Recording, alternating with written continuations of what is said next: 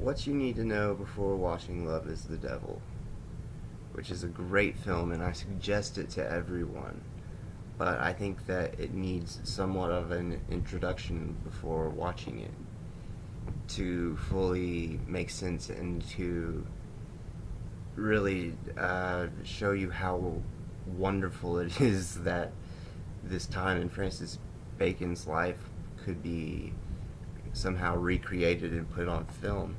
It's actually like one of the most beautiful and inspiring films I've ever seen. Though it is very dark and depressing, so was Francis Bacon.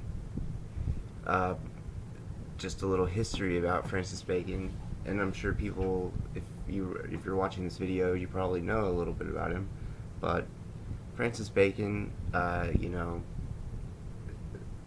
is an Illuminati bloodline. He's related to Sir Francis Bacon, but he is also a masochist, and his father raised horses and would whip him with uh, horse whips, and he found his father sexually attractive, and it bothered his father so much that he ended up sending Francis to Berlin, and that's where Francis really opened up and became a full-out fag.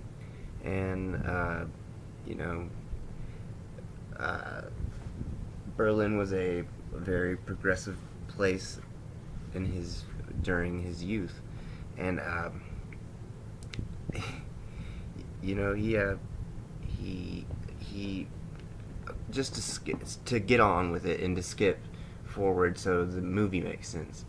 He had a relationship with another man named Peter Lacey who was very abusive towards Francis, but Francis loved that. He loved he loved the brutal sensation of pain. He loved being hurt, and Peter Lacey was extremely abusive. I've heard stories of throwing Francis through a plate glass window, and I've heard stories about him beating Francis till he was basically a bloody pulp.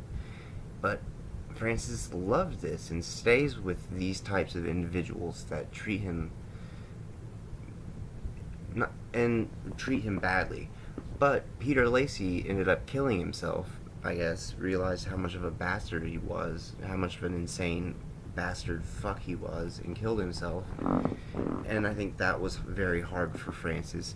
But being the realistic type of very virile person that Francis is, just, his relationships with men, while they were sexual, I wouldn't necessarily call them romantic. His relationship after Peter Lacey was George Dyer, and that's who is his partner during the film. And you can tell that George is, and even reading about it, George is kind of, it's rumored that they met by George breaking into Francis's studio and Francis finding him there and inviting him to bed. And I think George reluctantly agreed to basically hurt Francis and to fuck Francis for comfort, for a place to stay, for all the drugs and booze he needed. And I think that Francis enabled him to do this to himself, and repeated this pattern of kind of really bringing another individual down through his own pain. And it's a beautiful portrayal of this homosexual, very honest but painful relationship between two men that are not on the same level intellectually, or you know, do not relate really on any other terms other than Francis seeing innocence in George's heterosexuality, or at least his heterosexual tendencies. And it's just a very fascinating film that I suggest to everyone and anyone. I think that I think that if you are not into art, then you probably don't understand. But Francis Bacon is by far, he is the most innovative painter that has ever painted, in my opinion.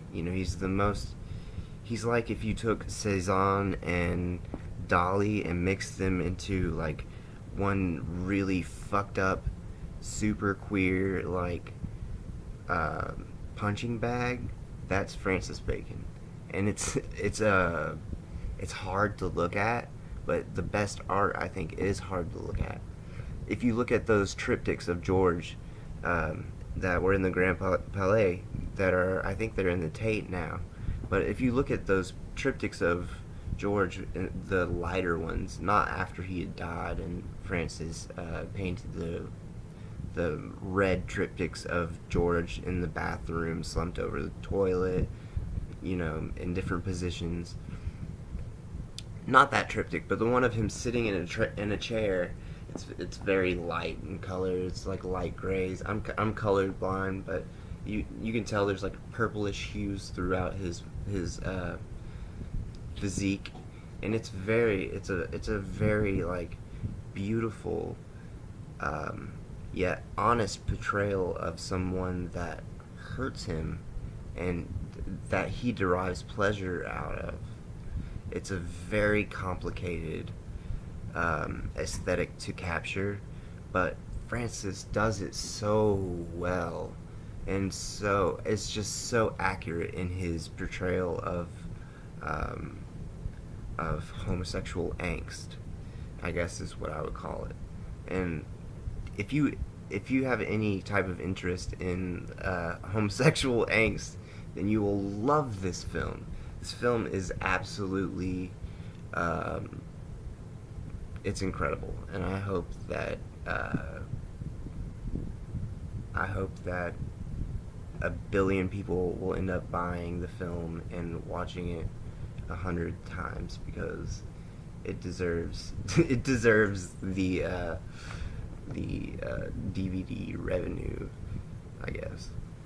All right, guys. Well, that's my critique of Love Is the Devil, and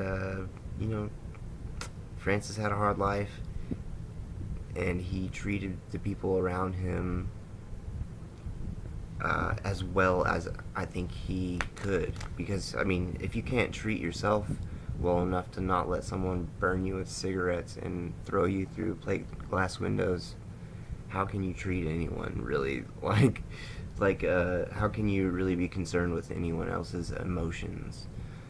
It's hard. I think it would be hard to be that way. And I think that Francis, while he did hurt a lot of people with his masochism, I think it overall it changed an entire medium of art, and I thank him for that. I thank him for his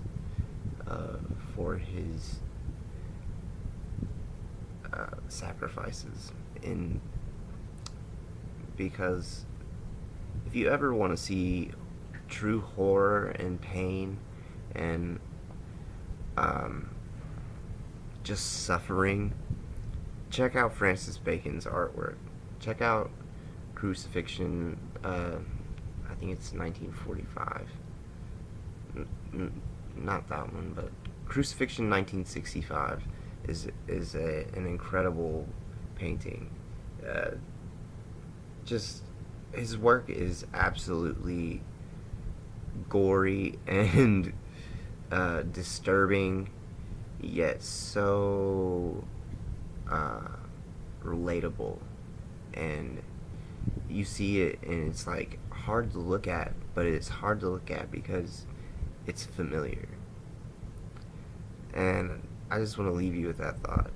Francis is a fucked up individual, but if you can relate to his work, then you must be somewhat fucked up as well.